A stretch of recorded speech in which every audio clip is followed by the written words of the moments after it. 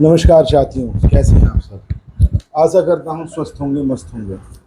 साथियों, थोड़ा सा वोकल प्रॉब्लम है और थोड़ा सा गला बैठा हुआ है। फिर भी मैंने कहा 2 दिन से, कल तो बोला ही नहीं जा रहा था, इसलिए मैंने वीडियो अपलोड नहीं कर पाया, रिकॉर्ड नहीं हो पाया, तो इसलिए अपलोड नहीं कर पाया। आज हम लोग टीपीए का सेकंड क्लास अटेंड करेंगे। और टीपीए का सेकंड क्लास इसलिए मस्ट है क्योंकि टीपीए जो है एक सिविल प्रोसीजर्स कोड का, जो सिविल सूट्स हैं उनका बहुत ही इम्पॉर्टेंट है। पहले चैप्टर में आपने पहले क्लासेस में जो अटेंड किया, जिससे सीखा, आशा करता हूँ अच्छा रहा होगा। मैं आज एमसीक्यू भी अपने कमेंट बॉक्स में पोस्ट करूँगा और उसका आंसर भी आप करने की कोशिश करिएगा ताकि चीज़ें स्पष्ट हो सके। आवाज़ क्लियर आ रही होगी साथियों। ये टॉपिक बहुत महत्वपूर्ण है। टॉपिक इसलिए बहुत महत्वपूर्ण है क्योंकि इस टॉपिक में केवल एक क्लास ही नहीं है, एक एडवोकेसी का क्लास भी डेवलप होगा। आए दिन हम देख रहे हैं जो लिटरली पढ़ लिख के एक क्लास एस्टेब्लिश होना चाहिए, वो क्लास एस्टेब्लिश नहीं हो पा रहा है एडवोकेसी के फील्ड में, जिससे तमाम तरह की कठिनाइयां सामने आ रही। साथियों, अगर आप इस वीडियो को फेसबुक पे देख रहे हैं तो आप कमेंट करिएगा, लाइक करिएगा, सब्सक्राइब करिएगा, फॉलो करिएगा भी। और कमेंट बॉक्स में ही मैं अपने यूट्यूब चैनल का लिंक डाल देता हूं, वहां से मेरे यूट्यूब चैनल को सब्सक्राइब करिएगा। अगर वीडियो यूट्यूब प्लेटफॉर्म पे देख रहे हैं तो आप सब्सक्राइब करिएगा। आपने अगर सब्सक्राइब कर लिया है तो किसी दूसरे को शेयर करिएगा, अन्य लोगों से भी सब्सक्राइब करवाइएगा, बेल आइकन हिट करिएगा ताकि इससे मोटिवेशन मिलता है। साथियों, आज टीपीए क्लास सेकंड्स में लेक्चर 2 में कोर प्रिंसिपल, एलिजिबिलिटी और रिस्ट्रिक्शंस, 3 टॉपिक पे हम लोग बात करेंगे। कोर प्रिंसिपल आप नोट डाउन कर लीजिएगा, मैं अपनी तैयारी करके आता हूं, आप अपनी तैयारी कर लीजिएगा। जो मैं बताऊंगा उसको नोट डाउन करने से आपको थोड़ी बहुत नॉलेज इंक्रीज भी होगा और एक तरीके से महत्वपूर्ण जानकारी को आप समझ सकेंगे। समझने के साथ साथ ही जानकार और विद्वान बन सकेंगे। नए अधिवक्ताओं के लिए हेल्पफुल हो जाएगा और नए अधिवक्ताओं के लिए इस तरीके से हेल्पफुल हो जाएगा कि वो अपनी प्रैक्टिस में आनंद उठा सकेंगे इस चीज़ का। तो पहले कोर प्रिंसिपल समझते हैं टीपीए का। What is the property? क्योंकि ट्रांसफर ऑफ प्रॉपर्टी एक्ट जो है कह रहा है प्रॉपर्टी को हम ट्रांसफर करते हैं। तो व्हाट इज द प्रॉपर्टी? संपत्ति क्या है, यह भी जानना महत्वपूर्ण है। संपत्ति क्या है? अगर इस विषय को नहीं जानेंगे तो पूरा टीपीए नहीं समझ आएगा। एनीथिंग वैल्यूबल, जिसका मूल्य है, दैट कैन बी ओन, जिसको हम धारण कर सकते हैं। Anything which is valuable that can be own, जिसको हम धारण कर सकते हैं, उसे हम प्रॉपर्टी की श्रेणी में रख सकते हैं। जैसे लैंड है, हाउस है, कार है, मनी है, ज्वेलरी है, फ्रिज है, तमाम ऐसे एसेट्स हैं जिसकी वैल्यूबल है, जिसकी मूल्य है और उसको ओन कर सकते हैं, जिसका एक ओनर हो सकता है, मालिक हो सकता है, मालिकाना हक हो सकता है। इट कॉल्ड प्रॉपर्टी, उसे हम प्रॉपर्टी कह सकते हैं। अब what is the transfer? 2 particular word है, एक प्रॉपर्टी और ट्रांसफर, दोनों को समझना जरूरी है। What is the transfer? Transfer क्या है, हस्तांतरण क्या है, इस चीज को भी जानना जरूरी है। और इस चीज को जानने के लिए सबसे पहले मैं छोटा सा प्रयास करूंगा कि आपको थोड़ा सा और भी मजेदार तरीके से बता दूं। Moving right of property from the one person to another person, अधिकार का हस्तांतरण। प्रॉपर्टी वो है जिसका कोई मालिक हो, और मालिकाना हक ट्रांसफर करना, दूसरे को देना, अपने यहां से किसी दूसरे को मालिक बना देना, ट्रांसफर हो जाता है और दोनों को मिला देते हैं तो ट्रांसफर प्रॉपर्टी एक्ट हो जाता है। प्रॉपर्टी को ट्रांसफर करने में जो प्रॉपर्टी है, प्रॉपर्टी क्या हो सकती है? Anything valuable that can be own, कुछ भी जिसका मूल्य हो और उसको हम धारण कर सकते हैं उसे हम प्रॉपर्टी कहते हैं। और ट्रांसफर क्या कहते हैं? जिसमें राइट ट्रांसफर हो जाए, जिसमें मालिकाना हक ट्रांसफर हो जाए उसे हम ट्रांसफर कहेंगे। क्या ट्रांसफर हो रहा है भाई? तो मालिकाना हक, राइट्स। अब इस पेन के मालिक ए था, ए ने अपना राइट ट्रांसफर कर दिया, मालिकाना हक ट्रांसफर कर दिया, या अब इस पेन का मालिक बी हो गया। और इसके लिए पहली क्लास में मैंने बताया था कि इसके लिए, इसके कंस्ट्रक्शंस के लिए इंस्ट्रूमेंट होता है, रिटन इंस्ट्रूमेंट होता है, और रिटन इंस्ट्रूमेंट का वह असाइंड होता है, वो लीगल कैपेसिटी उसकी होनी चाहिए। इन सभी चीजों को मैंने डील किया है पहले चैप्टर में, पहले क्लासेस में। नहीं देखा है तो जाके देखिएगा। अब transfer of property act 1882 govern from the transfer between the living person not by will or inherent। ये दो लोगों के, जीवित व्यक्ति के ट्रांसफर के बारे में बात करता है, लेकिन किन चीजों को छोड़ देता है? मैंने पिछली क्लास में भी बताया था, इनहेरेंट प्रॉपर्टी को ये टच नहीं करता है, बिल्कुल टच नहीं करता है, एकदम छूता ही नहीं। जो पूर्वजों से प्राप्त हो रही है उसमें ट्रांसफर ऑफ प्रॉपर्टी एक्ट लागू नहीं होता है। जो बाप की प्रॉपर्टी बेटे को ट्रांसफर होती है तो उसमें ट्रांसफर ऑफ प्रॉपर्टी का कोई इन्वॉल्वमेंट नहीं।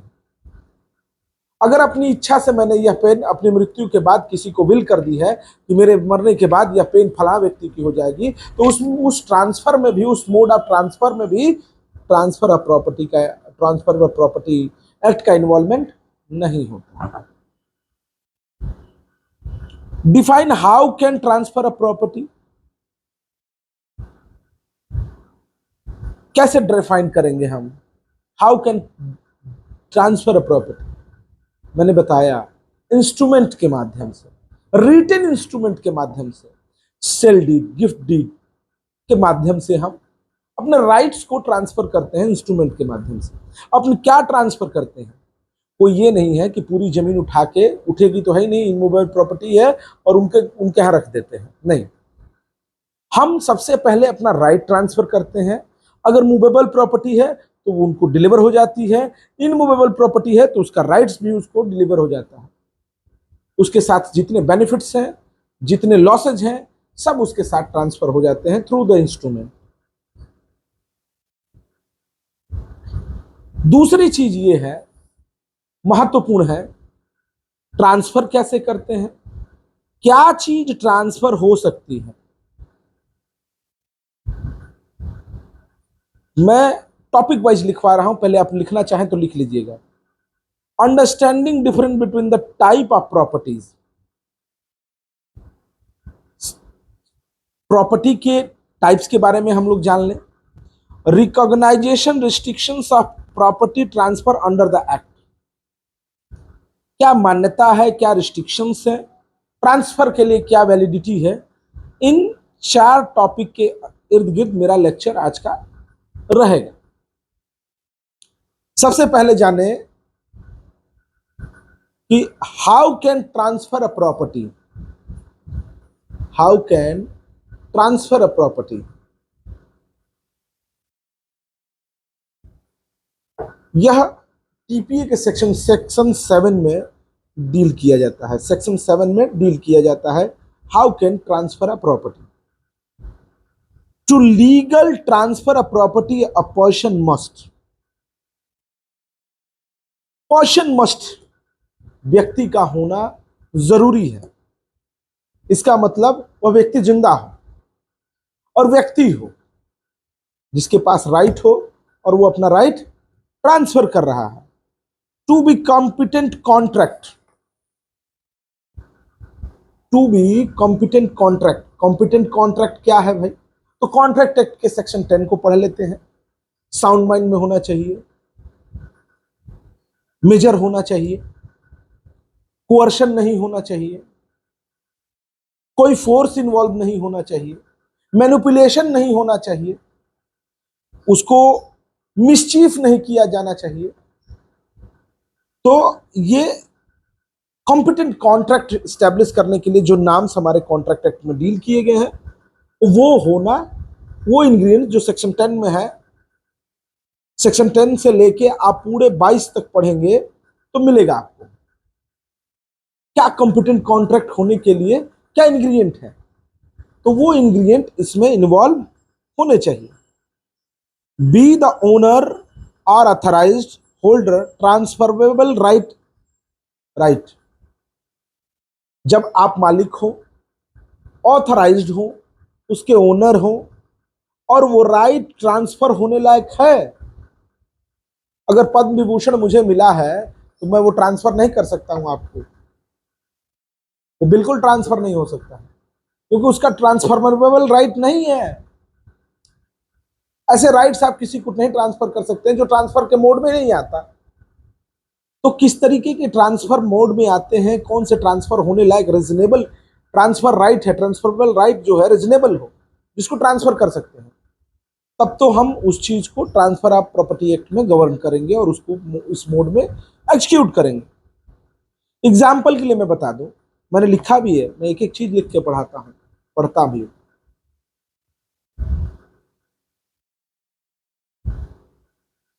अगर 19 साल का लड़का कोई प्रॉपर्टी ओन करता है तो उसको बेच सकता है।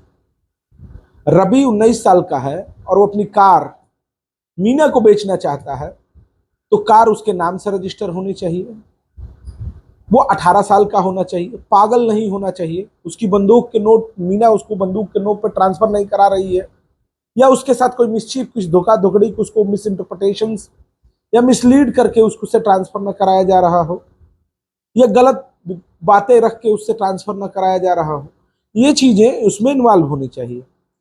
लेकिन वहीं रोहित अगर 16 साल का है और वो अपनी कार बेचना चाहता है तो वो नहीं ट्रांसफर कर सकता है, अगर करता भी है तो इलीगल है। 18 साल होना मस्ट है, मतलब वो मेजर होना मस्ट है। कॉम्पिटेंट कॉन्ट्रैक्ट पढ़ना जरूरी है कि कौन कॉम्पिटेंट कॉन्ट्रैक्ट के लिए एलिजिबल है। What property can be transferred, कौन सी प्रॉपर्टी ट्रांसफर हो जाएगी। सेक्शन 6 टीपीए, कौन सी प्रॉपर्टी ट्रांसफर हो जाएगी, उन चीजों के बारे में भी जानना आवश्यक है। जैसे हाउस है, लैंड है, लीज है, डेब्ट्स है, शेयर है, कॉपीराइट है, इन चीजों को हम ट्रांसफर कर सकते हैं। क्या नहीं ट्रांसफर कर सकते हैं, future maintenance, right to sue, public office और सैलरी नहीं ट्रांसफर होती है। ये कोई डीएम साहब कोई ट्रांसफर नहीं करे कि चल जाएंगे। एसडीएम साहब अगर जिस कोर्ट में बैठ रहे हैं तो वो उसको बेच के नहीं जा सकते, उसको ट्रांसफर ऑफ प्रॉपर्टी एक्ट के तहत किसी को उसको नहीं दे सकते हैं। वो जब तक उस पद पे बैठे हैं, उस पदासीन हैं, वो केवल वो राइट ही नहीं है कि ट्रांसफर कर सकते। चांसेस ऑफ इनहेरेंस, अगर मैं अपने पिता से संपत्ति पाने वाला हूं तो मैं अपने दोस्त को वो ट्रांसफर राइट नहीं कर सकता हूं कि मेरे बाद आप उस संपत्ति को पा लेना, मेरे पिता के मरने के बाद आप उस संपत्ति को पा जाओ, ना जी ना, नहीं कर सकता। तो ये चीजें आप ट्रांसफर नहीं करेंगे। मैंने जैसे ही कहा कि सैलरी, पद्म विभूषण, तमाम ऐसे सरकारी उपहार जो आपको डायरेक्ट मिल रहे हैं पेंशन के रूप में, वो नहीं ट्रांसफर होते हैं, वो प्रॉपर्टी की श्रेणी में नहीं आते हैं भाई साहब। वो आपका ओन जरूर करते हैं लेकिन वो प्रॉपर्टी नहीं है।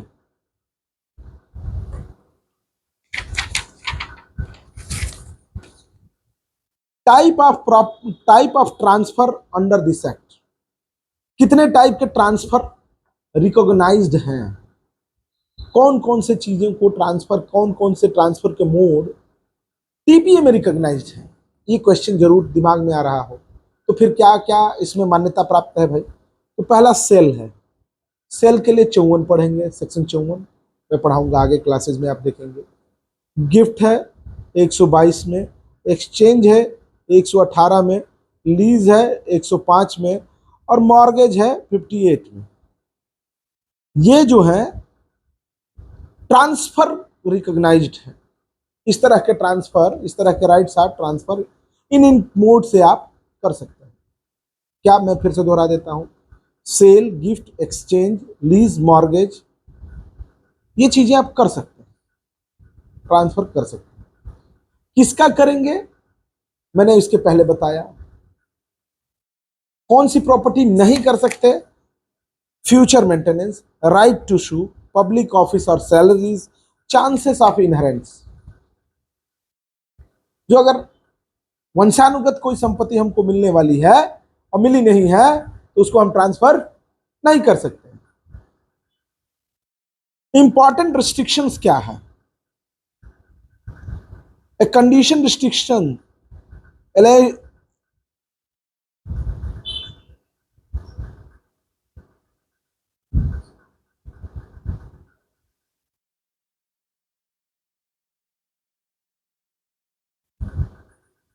मैंने वही बताया जो मैंने लिखा भी है। देखिए सेक्शन 10, अगर जूम करके देखेंगे तो सेक्शन 10 मैंने लिखा भी है। सेक्शन 10 कॉन्ट्रैक्ट का, कॉन्ट्रैक्ट का सेक्शन 10 जो है उसके अनुसार राइट टू कॉम्पिटेंट कॉन्ट्रैक्ट हो, करने के लिए हो, वो वैलिड हो, be doctrine of performance part performance, protect who buyer, having a written contract होना चाहिए, इन पोजेशंस ऑफ प्रॉपर्टी होनी चाहिए, willing of performance that the part होना चाहिए, even if the register is not complete. ये चीजें होनी चाहिए जो मैंने केसला कोट किया था पहले लेक्चर्स में। उस लेक्चर्स की केसला का टर्म्स एंड कंडीशंस रिस्ट्रिक्शंस के कैटेगरीज में आता है, उसको रखना चाहिए।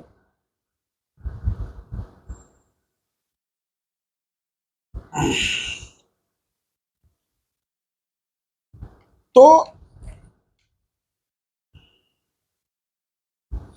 कुछ चीजें और आपको मैं बताने जा रहा हूं जो मैंने लिखा है। अब मैं इसका ओवरव्यू दूंगा।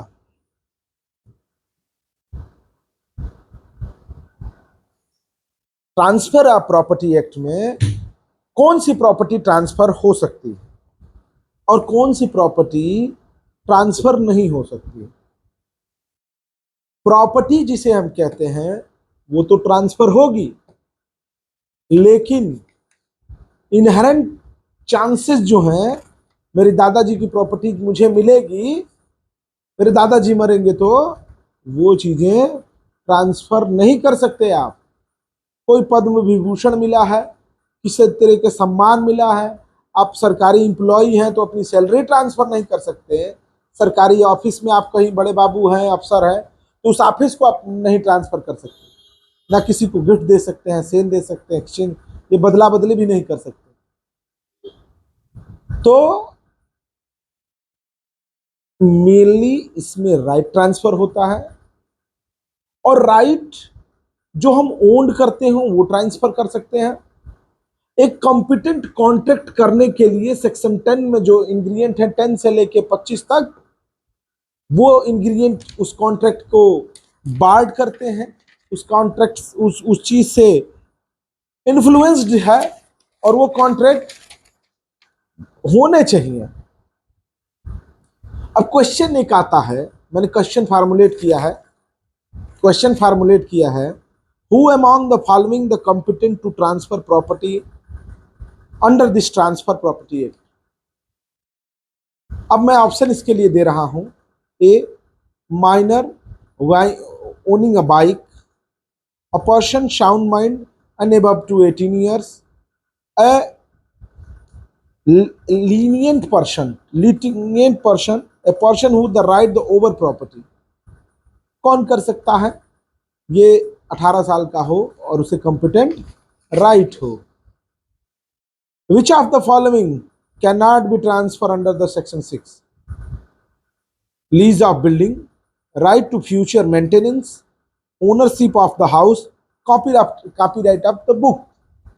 मतलब इनमें से कौन सी चीजें ट्रांसफर नहीं की जा सकती हैं। तो राइट टू फ्यूचर मेंटेनेंस, बिल्कुल नहीं की जा सकती, मैंने इनको दिया था।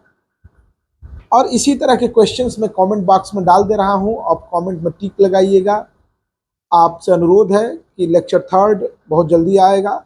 स्वस्थ रहा, तो थोड़ी तबीयत नासाज चल रही है, गले की प्रॉब्लम है, इसलिए थोड़ा सा लेट हो जाता है, तकलीफ होती है थोड़ा सा। अगर लेक्चर जैसे अभी भी मैं उतना कॉम्पिटेंट नहीं हूँ कि मैं डिलीवर कर सकूँ, फिर भी जो अपना वायदा है, जो अपना नियम है, वो तो पूरा करना ही है। एनी हाउ, जय हिंद, जय भारत, वंदे मातरम। साथियों, लास्ट टाइम भी मैं एक रिक्वेस्ट कर रहा हूँ कि अगर आप इन वीडियोस को सोशल मीडिया प्लेटफॉर्म पे देख रहे हैं और आप बिल्कुल कॉम्पिटेंट हैं कॉन्ट्रैक्ट करने के लिए, तो आपसे मेरा एक कॉन्ट्रैक्ट है कि आप मेरे वीडियो को सब्सक्राइब करिएगा, लाइक करिएगा, कमेंट करिएगा, फॉलो करिएगा और लोगों के साथ साझा करिएगा। जय हिंद,